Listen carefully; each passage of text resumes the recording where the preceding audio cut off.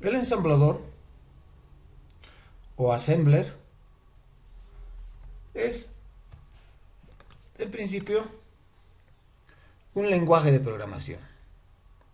Lenguaje de programación, como son generalmente los lenguajes de programación, lenguaje de programación de propósito general. Vale decir, con este lenguaje podemos hacer prácticamente cualquier cosa. Podemos hacer cualquier cosa, de hecho, ¿no? Es decir, con mayor, con mayor razón que con otro lenguaje. Con el ensamblador tenemos acceso más directo a las partes de la computadora. Así como es un lenguaje, el Visual Basic, Java, PHP, Delphi, C, C++, C Sharp, cualquier lenguaje, este es otro de aquellos. Es un lenguaje de programación. Como ha surgido, ha sido que inicialmente las máquinas, las computadoras, aquellas tempranas computadoras de hace mucho tiempo, se tenían que programar directamente en el hardware. ¿Qué quiere decir eso? Que tenían que programarse colocando cables, ¿no? Haciendo circuitos aquí, quitando circuitos allá. Eso eran unos y ceros, ¿no? Si, por ejemplo, poníamos por decir, un fusible en un lugar, pues ahí había continuidad. Si lo sacábamos, entonces no había continuidad, vale decir un uno o un cero. Y entonces entre unos y ceros se podían programar. Tal vez con switch también, ¿no? Con interruptores. Un interruptor arriba o en contacto representaba un uno y un interruptor abajo representaba un cero. De esa manera se podía programar. Eso era básicamente meter unos y ceros y directamente en hardware. En algún momento se ha podido programar ya con, por ejemplo, con tarjetas perforadas. Tarjetas perforadas donde si había un agujerito, entonces era un uno, si no había, era un cero. Ahora, por supuesto que programar así en lenguaje binario es sumamente complicado. Un solo dato, un número, nos toma muchos dígitos binarios. Entonces, eso no es factible, es factible, por supuesto, porque se ha hecho de esa manera, todavía se lo puede hacer, pero no es algo práctico, no es algo fácil, no es algo rápido, y se necesitaba más. Entonces, después del lenguaje binario, ha entrado el lenguaje ensamblador. El lenguaje ensamblador que básicamente ha reemplazado fragmentos de unos y ceros, vale decir los códigos de operación, por palabras que recordaban algo. Eso enseguida lo vemos, pero básicamente es un lenguaje de programación. Ahora, el lenguaje de programación, y es hablando justamente de lo que estamos mencionando antes, es un lenguaje de bajo nivel. Es decir, está el lenguaje máquina directamente y después el ensamblador o assembler. Otros lenguajes, los que hemos mencionado antes, vale decir Visual Basic, C, C Sharp y cualquier otro que ustedes posiblemente conozcan, ya está en el nivel de lenguaje de alto nivel. Este es lenguaje de bajo nivel, bajísimo. Más bajo que eso solamente es código binario, unos y ceros.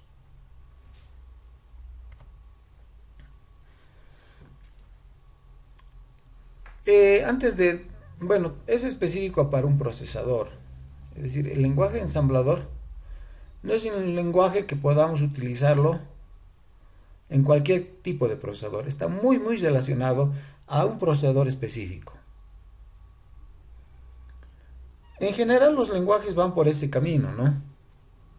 Excepto algunos. Por ejemplo, el lenguaje Java ha sido diseñado con la consigna de que se programe una vez y se ejecute en cualquier lugar. Es decir, tenía que ser multiplataforma. Tenía que poder ejecutarse en cualquier arquitectura, digamos, ¿no? Es decir, en Windows, en las Mac, en máquinas Linux, tenía que poder ejecutarse en cualquier plataforma. Pero no era tan directo, ¿no? En realidad se programa, pero después se tiene que agarrar un compilador que compile exactamente para un microprocesador. Algunos, como PHP, por ejemplo, que es un lenguaje para web, entonces, y trabaja con un navegador, entonces pueden ser más multiplataformas que otros. Pero hablando del ensamblador, es totalmente específico. Tiene que ser una determinada arquitectura para la cual funcione.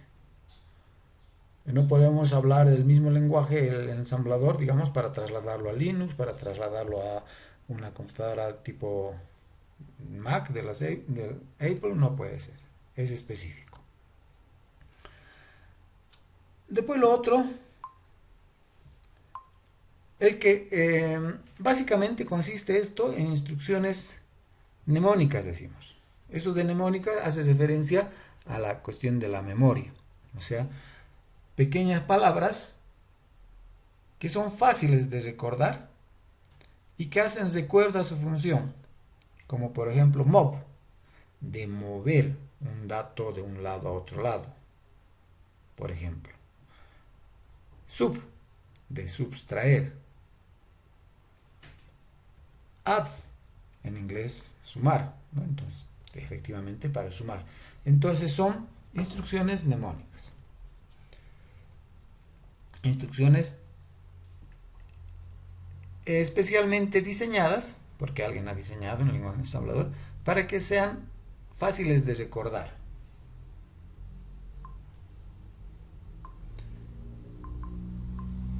Muy bien. Ahora, si hablamos de una arquitectura de un computador a nivel muy básico, como ahora, que nos conviene hacerlo así con ese enfoque, vamos a decir que la computadora básicamente tiene estos componentes. Un CPU, unidad central de procesamiento, ustedes saben bien, donde prácticamente se realiza todo el trabajo, donde se realiza casi todo el trabajo. También tenemos memoria, la RAM, memoria de acceso aleatorio, Random Access Memory, porque hay que depositar los datos en algún lado.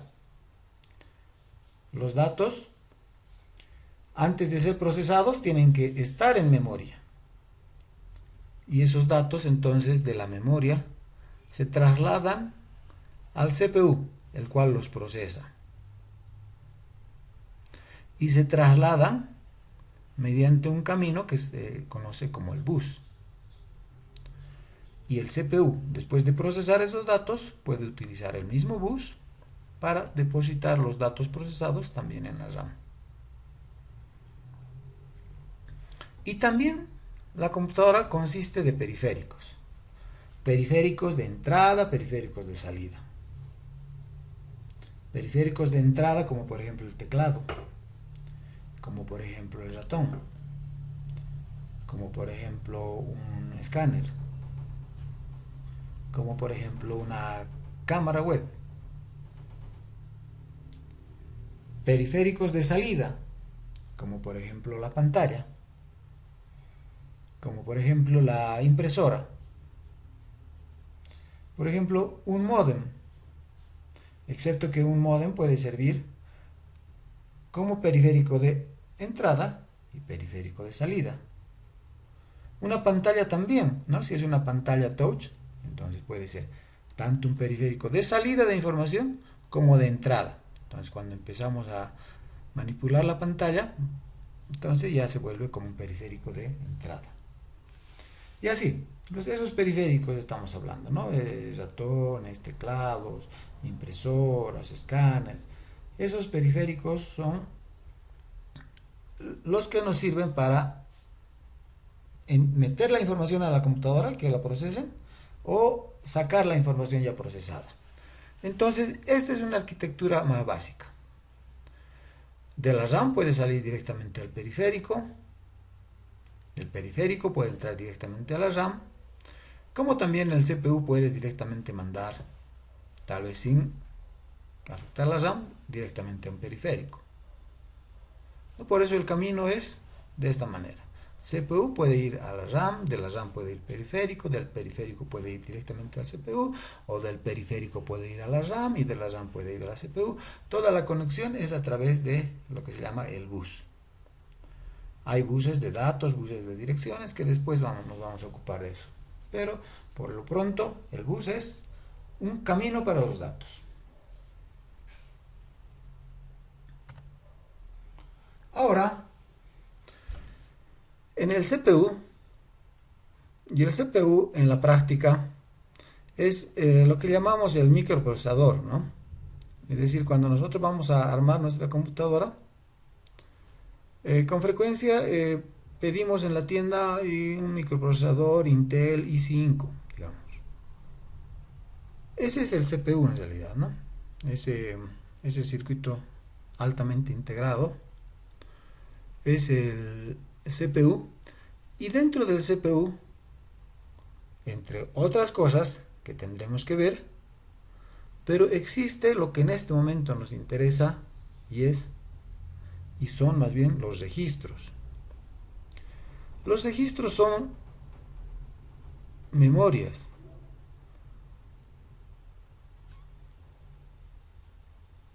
Son lugares donde el CPU almacena los datos que tiene que procesar. ¿Por qué tenemos que tener memoria dentro del CPU? Porque podríamos utilizar acá esta memoria, la memoria RAM, nos podría permitir perfectamente almacenar los datos. Pero acá nosotros decimos en este momento, hay registros dentro del CPU. Y decimos, estos registros son memorias. Es memoria que está dentro del CPU. El tema de tener memoria dentro del CPU básicamente es velocidad. La memoria RAM, pese a ser rápida, no es lo suficientemente rápida. Han visto los diseñadores de CPU que es más conveniente que haya memoria ultra rápida dentro del mismo CPU. Estando dentro del CPU, entonces ni siquiera el traslado de un lugar a otro le lleva mucho tiempo, porque está ahí mismo, ¿no?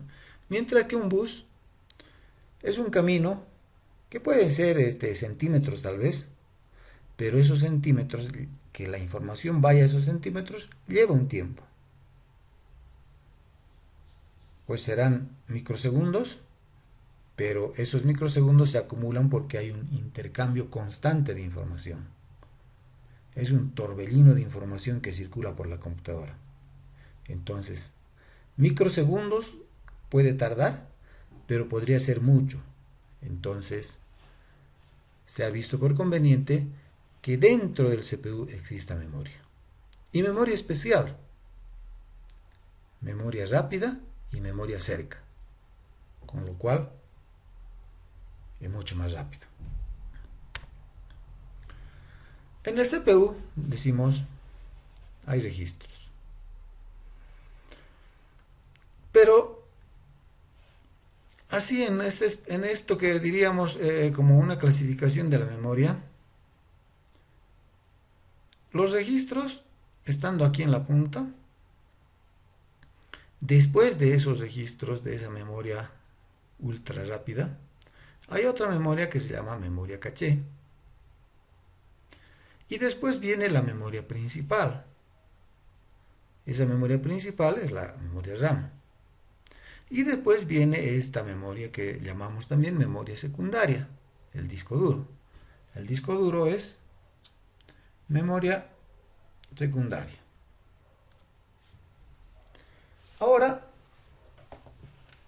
en cuanto a los registros, estos son muy veloces. Es decir, en esta pirámide, mientras más arriba esté, quiere decir que es más veloz. Y los registros, la memoria dentro del CPU, son muy veloces. Pero, de la misma manera, esa memoria es costosa. La memoria de los registros, por ser justamente muy veloz, es costosa.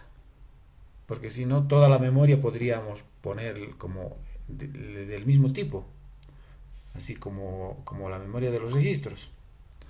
Pero no, porque es muy costosa. Entonces se utiliza otra memoria rápida en la computadora y se utiliza la memoria caché. Ahora, esta memoria caché es una memoria temporal. La memoria caché guarda los datos que se han estado utilizando. Es decir, que si mi programa o yo como usuario he usado algún dato, entonces la computadora lo guarda con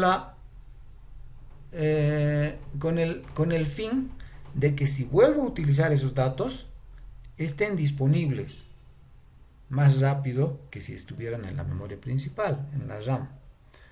En realidad la memoria caché es parte de la RAM, pero es más rápida porque tiene un camino directo, digamos así. Es decir, no tiene que ir por el bus normal que se va a la memoria RAM, sino que tiene un camino directo, entonces eso lo hace más rápido. Así que esa memoria caché se hace rápida, pero tampoco puede ser de gran capacidad. Según el microprocesador, entonces va a haber una determinada cantidad de memoria. Mientras más memoria caché haya, pues sería mejor, ¿no? Hasta ciertos límites, porque eso hay que administrar. Es decir, el CPU tiene que administrar, tiene que decir, a ver, se han utilizado estos datos recientemente, entonces los guardemos en la memoria temporal porque es muy probable que vuelvan a utilizarse. Es como cuando yo estoy trabajando, por decir algo, con Excel y abro una hoja, digamos una planilla de sueldos y empiezo a trabajar con eso. Después hago otras cosas, pero como no he terminado todavía el trabajo, vuelvo a mi planilla de Excel y sigo haciendo mi planilla de sueldos hasta terminar. Entonces, puedo estar haciendo otras cosas también, pero voy a acabar en algún momento esa planilla Excel, entonces vuelvo a esa y sigo trabajando, hago algunas otras cosas que tenga que hacer en ese momento, vuelvo hasta terminar mi planilla de trabajo, mi planilla de sueldos, y entonces en ese contexto, en ese ejemplo, estaría muy bien que esa planilla esté en caché, en una memoria caché, porque estoy utilizando cada vez eso. Voy a volver a eso y vuelvo y vuelvo y vuelvo. Entonces está bien que mi acceso sea rápido a eso. Entonces está bien que esos datos que estoy utilizando con frecuencia estén en la memoria caché. Después de eso, después de la memoria caché, bueno, y hay diferentes cachés, ¿no? También hay cachés, por ejemplo, para las páginas web. En el CPU, el CPU utiliza también la memoria caché. Algunos programas podrían hacer uso también de la memoria caché para sus propios fines. Ahora, después de eso, les decía, está la memoria principal, la memoria RAM.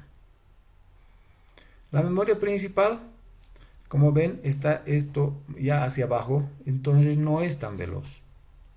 Pero su costo tampoco es tan elevado. Es por eso que ahora podemos tener computadoras con 4, 8 gigas en memoria RAM.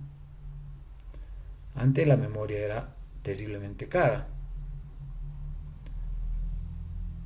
No se podía uno dar el lujo de tener gran cantidad de memoria.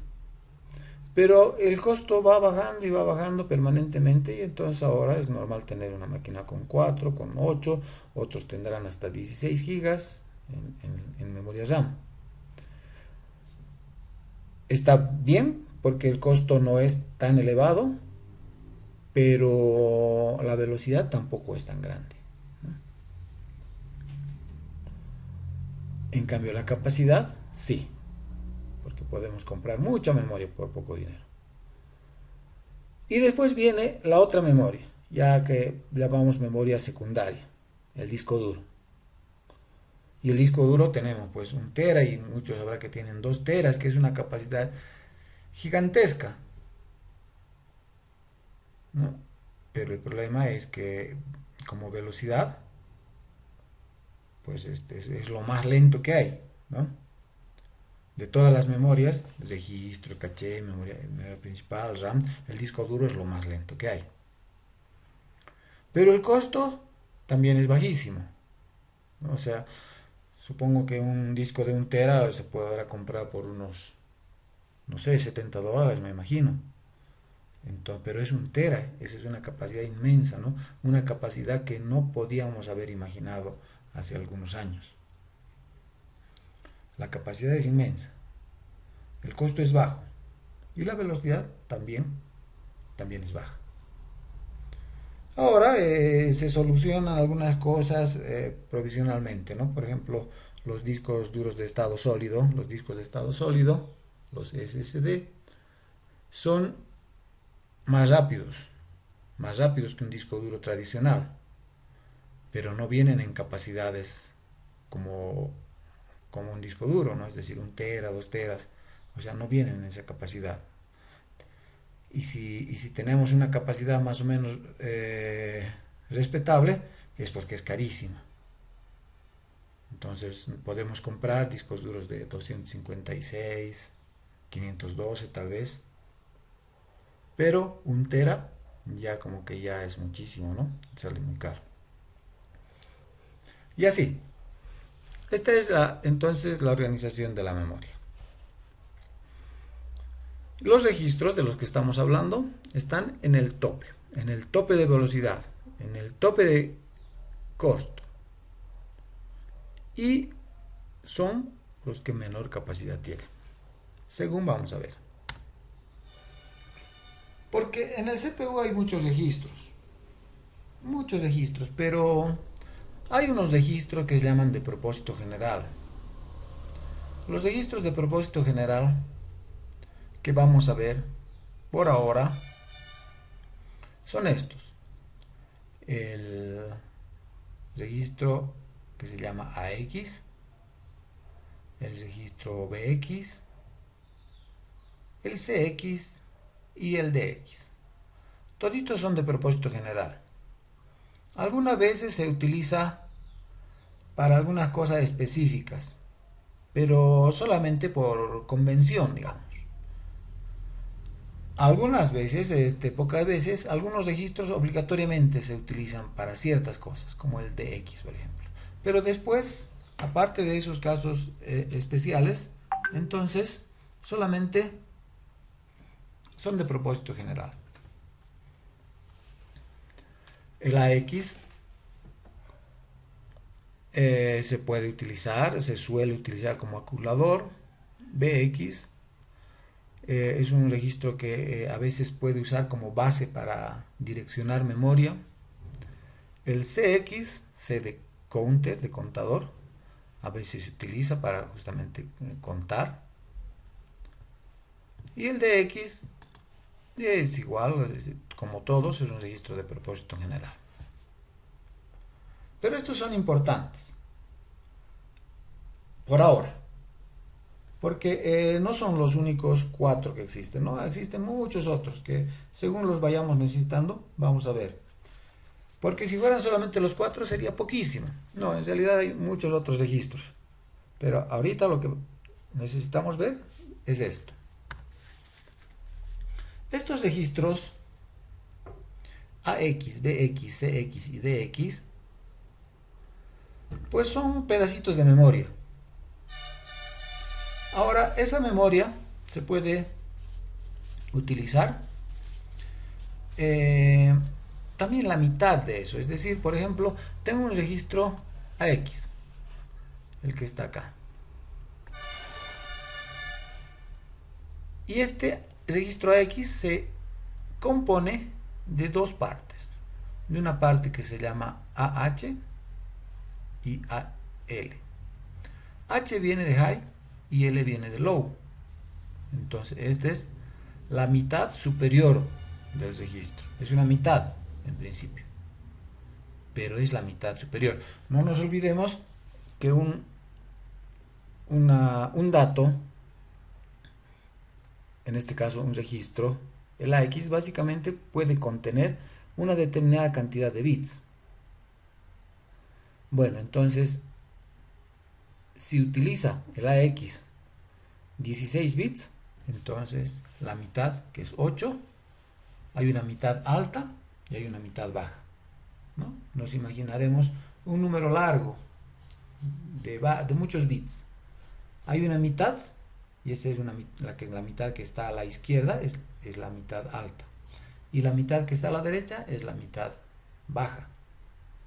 ¿Por qué? Porque claro, los que están más a la derecha tienen menos peso, ¿no? Es como cuando decimos 1234. El 4 tiene menos peso porque está más a la derecha. Son 4 unidades nomás.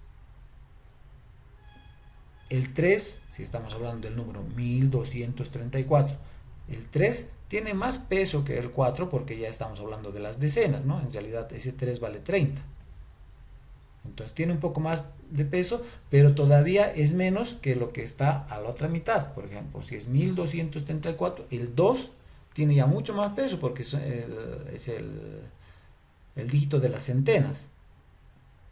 Y el 1 el dígito de los miles, ¿no? Entonces ahí hay más peso. Por eso se dice AL, y les digo L es bajo, porque es la mitad baja, la que tiene menos peso, la que tiene menos valor. Y AH es la mitad alta, H de high. Y en un lenguaje ensamblador podemos utilizar el registro completo, o sea, vale decir, puedo utilizar directamente AX, o tal vez puedo usar solamente una mitad. Podemos utilizar, si necesito solamente la mitad y esta otra mitad, utilizarlo para otra cosa. Se puede hacer. Lo mismo es válido para el BX, para el CX, para el DX.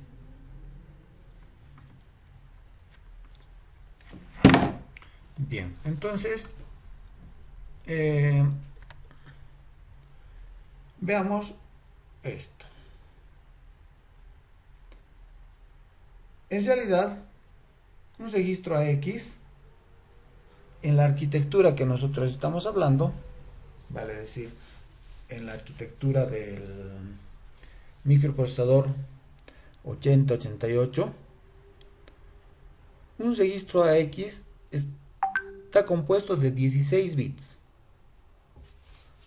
Si ustedes cuentan acá, hay 1, 2, 3, 4, 5, 6, 7, 8.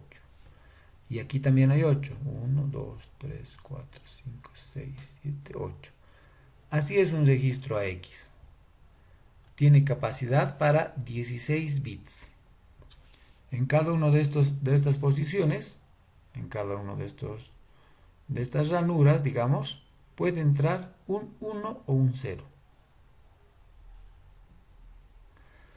Y a este registro AX lo podemos utilizar, decíamos antes, como la mitad superior o como la mitad inferior. Quiere decir que la mitad superior, AH, tendría 8 bits. Es decir, sería un pedacito de memoria capaz de contener 8 bits.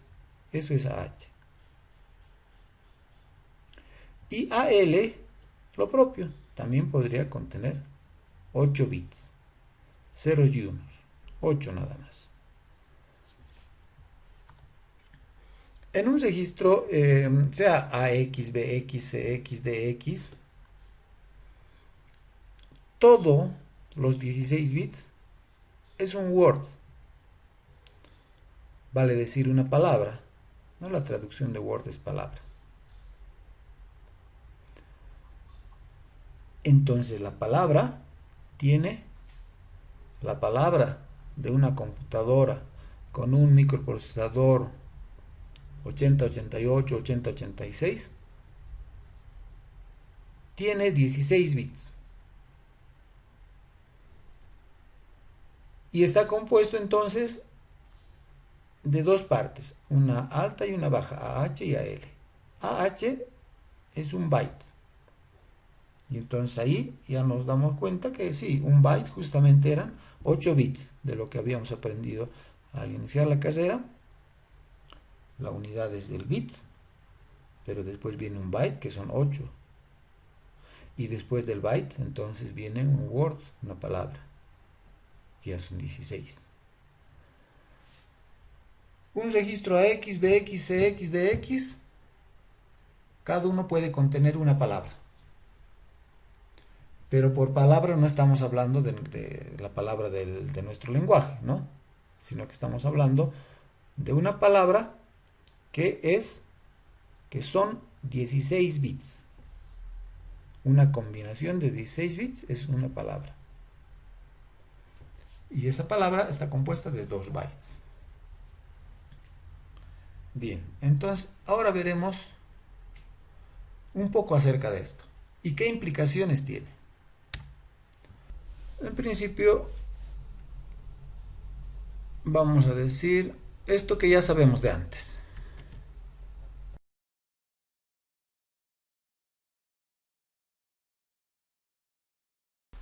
Ahora, eso, ¿qué quiere decir? Que, por ejemplo, puede ser algo como esto. Ahí son 4, 6.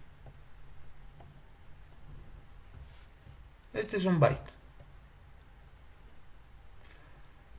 ¿Cuánto es la capacidad máxima de un byte? O sea que estamos hablando, por ejemplo, de que uno de estos datos podría entrar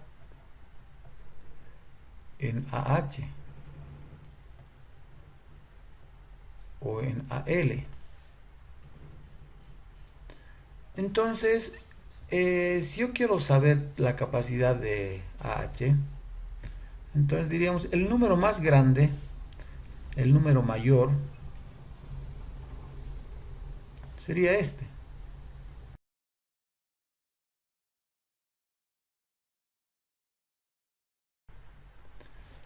Ese sería el número mayor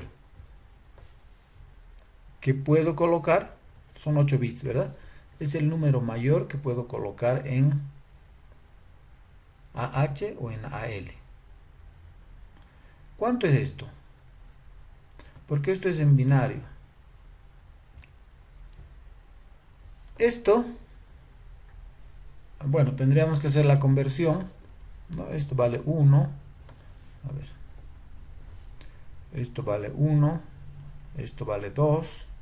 Esto vale 4. Esto vale 8. 16. 32, 64 y 128. Si sumo 128 más 64 más 32 más 16 más 8 más 4 más 2 más 1, entonces obtengo 255 en base 10. Entonces un byte solo puede contener O sea, como el número máximo que puedo poner ahí es 255.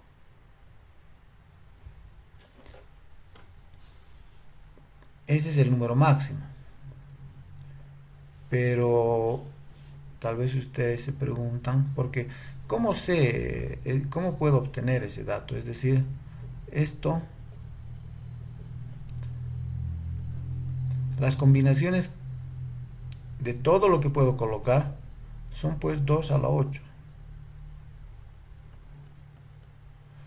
Y si hacemos 2 a la 8 en nuestra calculadora,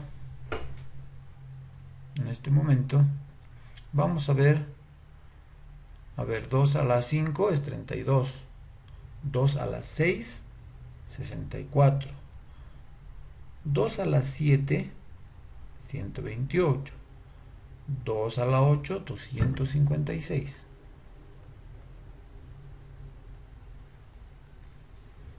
256, ¿no? Pero el número mayor es 255, claro, porque esto incluye al 0 también, ¿no? Del 0 al 255 hay 256 posibilidades. Bueno, ahora esto tiene un efecto práctico, pues, y explica cosas de la arquitectura del computador, del sistema operativo, de los programas y de todo eso. ¿Cómo se representa un carácter?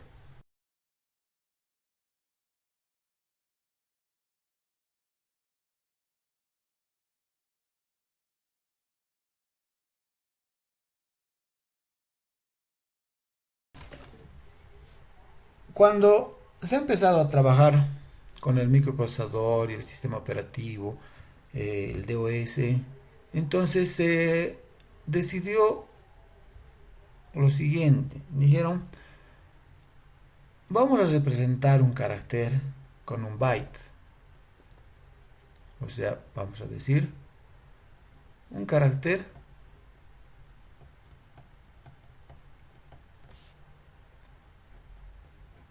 va a entrar en un byte. Y entonces en 8 bits. Pero vamos a agarrar un bit para comprobación de paridad y se llamó bit de paridad.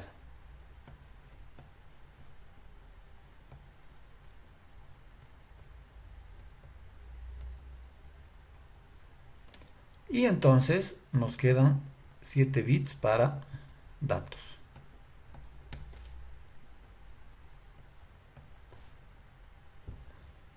7 bits más bien tendría que decir para datos.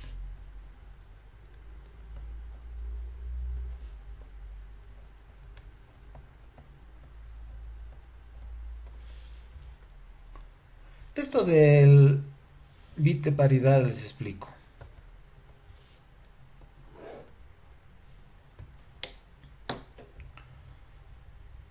Un bit de paridad es una técnica para comprobar errores.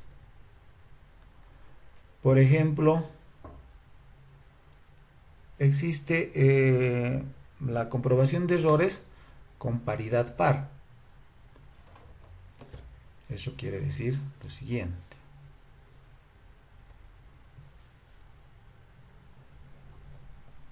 Ejemplo, supongamos que mi dato es solamente el dato, digamos que es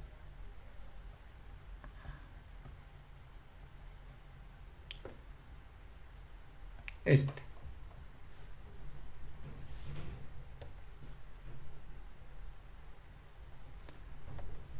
Son, como decimos, 7 bits para dato y este es mi dato. Entonces, esta técnica de comprobación de errores, ¿por qué tiene que haber primero comprobación de errores? Porque estos datos van a viajar por algún lado. Viajarán de la memoria al CPU, tal vez van a viajar por un módem, van a viajar por el cable de red, como ahora van a viajar desde nuestra computadora hasta un servidor de Miami, de ahí se va a distribuir hasta algún otro lado. Entonces, viajan y siempre hay la posibilidad de pérdida, incluso dentro de la misma máquina. Entonces, ¿cómo nosotros detectamos si hay o no hay error? Entonces, una técnica es colocar un bit de paridad y decir lo que todos mis datos van a tener paridad par. Quiere decir que la cantidad de unos va a tener que ser par. Entonces se cuenta y dice, aquí hay un 1, 2, 3, 4.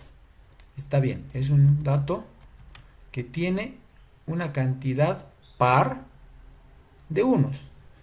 Entonces, el bit de paridad, que es ya este de control, lo coloco en 0. Pero si por ejemplo hubiera habido otro dato que vaya a ser, digamos esto, ¿cuánto es 5? Digamos mi otro dato es este. Aquí hay 1, 2, 3 unos nada más. O sea, es una cantidad impar de unos. Entonces, para nuestra comprobación de errores, le ponemos un 1. Y ahora hay una cantidad par de unos. Entonces, en el otro lado de donde se recibe la información, si resulta que me llega un dato donde tiene una cantidad impar de unos, ya sé que ha habido un error. Porque yo, digamos, en mi computadora estoy mandando siempre una cantidad par de unos. Ese es un código de corrección de errores que se llama paridad par. Si de alguna manera sé que hay una cantidad impar de unos, entonces es un error seguro. Porque yo me estoy asegurando por mi lado que solamente voy a mandar una cantidad par de unos. De esa manera se puede comprobar. No se comprueban todos los errores, ¿no? Porque podría ser que haya habido error en 2 bits y resulta que hay una cantidad par de unos, pero igual está incorrecto el dato. O sea, no se comprueba todo, pero por lo menos en algunos casos es posible comprobar que un dato está errado, simplemente contando la cantidad de unos. Y si esa cantidad de unos es impar, quiere decir que ha habido un error, porque de origen se ha mandado con una cantidad par. Y de alguna manera en algún lugar se ha perdido, ha habido interferencia, ha habido ruido y se ha perdido el dato original y ha resultado un dato incongruente, o sea, con una cantidad impar de unos. Así es, ¿no? Por eso entonces se llegó a utilizar originalmente un bit, un bit de paridad, eso. Y entonces quedaron 7 bits para datos. Ahora eso tiene una implicación. Porque si son 7 bits para datos,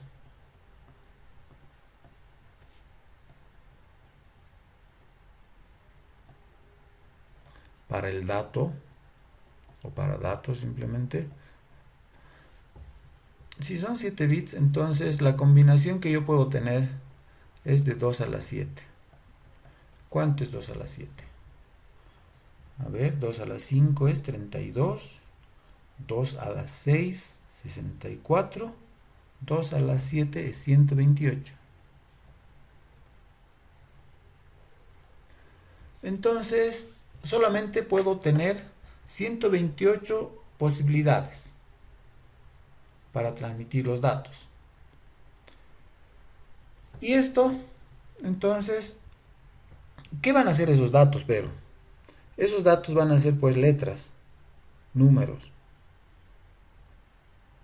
Y como nosotros tenemos 27, 28 letras, entonces alcanza, ¿no? En inglés creo que son 26. 26 letras en su alfabeto. Entonces alcanza. Alcanza y se ha utilizado. Así que ahí de esto surgieron una codificación, una tabla de caracteres que se llamó ASCII.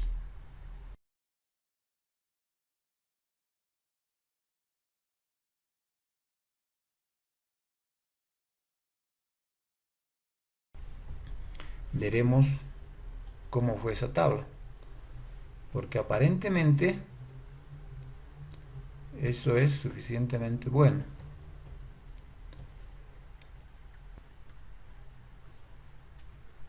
Esta es una tabla ASCII estándar. Y aquí están los números. Miren, 1, 2, etc. Muchos caracteres, porque no se olviden que tenemos 128 posibilidades. Puedo manejar 128 caracteres. ¿Eso es más que suficiente? No, porque en realidad había que manejar algunas cosas. Por ejemplo, códigos de control. Toda esta parte hasta 31, en realidad 32 datos, 32 caracteres eran caracteres de control. Así que, por ejemplo, el código 3 señalaba fin de texto. El código 7, por ejemplo, era un sonido, una campanita. El código 8 era un código de control, que si uno lo escribía, el código 8, el efecto era como una presión en la tecla de retroceso, esa que retrocede borrando. El código 10 era para un salto de línea.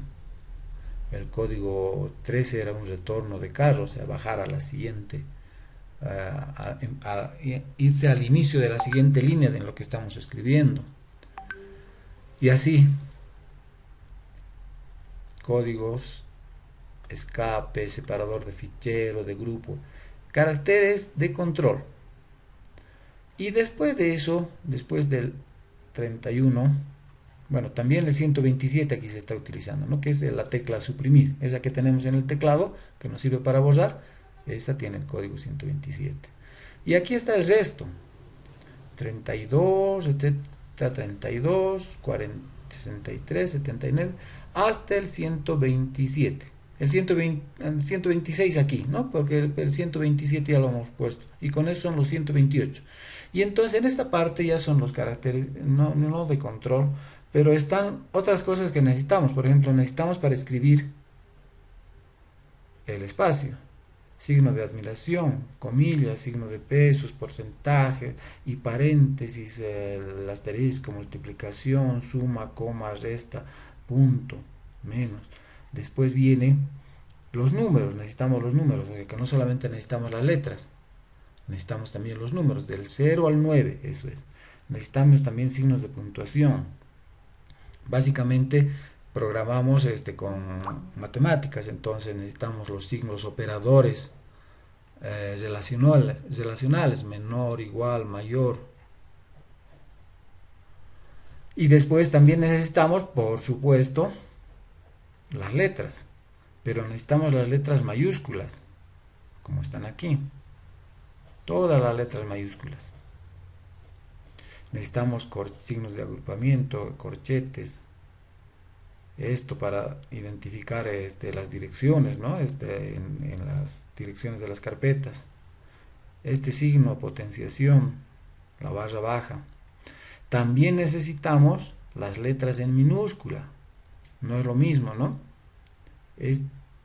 Este carácter es una A mayúscula y esta es su representación, este es su dibujito, digamos. En cambio, la letra A minúscula necesita otra representación, necesita otro código entonces. Y entonces también están las letras minúsculas. Hasta la Z. Y otros caracteres más. Este signo de llave puede ser de agrupamiento para algo. Esto se utiliza en el sistema operativo para hacer ciertas cosas especiales y así. Total que están los 128 utilizados. Y hay un problema, pues. Porque si se dan cuenta, no tenemos aquí la ñ. Necesitamos ñ minúscula, ñ mayúscula para nuestro idioma. O sea, esto ha funcionado bien porque estaba en inglés, y en inglés estos son todas las letras que necesitan. Pero ya cuando la computadora se empezó a extender a todo el mundo, entonces ha habido un sector muy grande, los que hablamos español, en que no, no podíamos escribir todo correctamente. Teníamos que hacer ciertas cosas, ¿no? En vez de escribir año, que es algo frecuente, ¿no? En programas de finanzas y todo, no podíamos colocar ano, que salía mal. Entonces ponía anio, con la i más. Parecía un poquito y se disimulaba, pero no era lo óptimo, ¿no? Y después también el problema de los acentos, porque necesitamos a, e, i, o, u con acentos en minúscula. Y también necesitamos a, e, i, o sea, todas las vocales con acento, pero en mayúscula. Y también necesitamos la que se llama la diéresis, ¿no? Porque tenemos palabras como averiguó. Necesitamos la U con su diéresis. Entonces nos falta aquí muchísimo para nuestro idioma. Esta tabla de caracteres ASCII estándar no servía para todo el mundo. Para nosotros no servía. Peor para otras culturas, ¿no? Es decir, para Asia, que tienen esos, no sé, o sea, los japoneses, chinos, coreanos, utilizan otros símbolos. Mucho menos esto iba a servir. En francés, en otras lenguas tienen otras vocales, otras consonantes. O sea, esto no era suficiente. Entonces es ahí donde surgió el tema de una tabla ASCII extendida. En la tabla ASCII extendida ya se omitió ese bit de comprobación de errores, el bit de paridad. Así que ya podía utilizarse 2 a la 8. Esta otra tabla, código ASCII dice, ¿no? De paso acá arriba, voy a tratar de agrandar.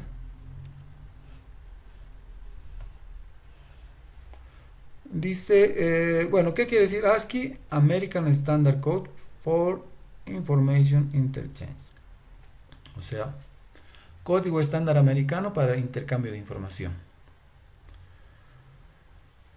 Entonces, fíjense en esta tabla, porque esta es la tabla ASCII extendida, llega hasta 255, o sea que está utilizando los 8 bits ya no está utilizando el bit de paridad, sino que está empleando todo.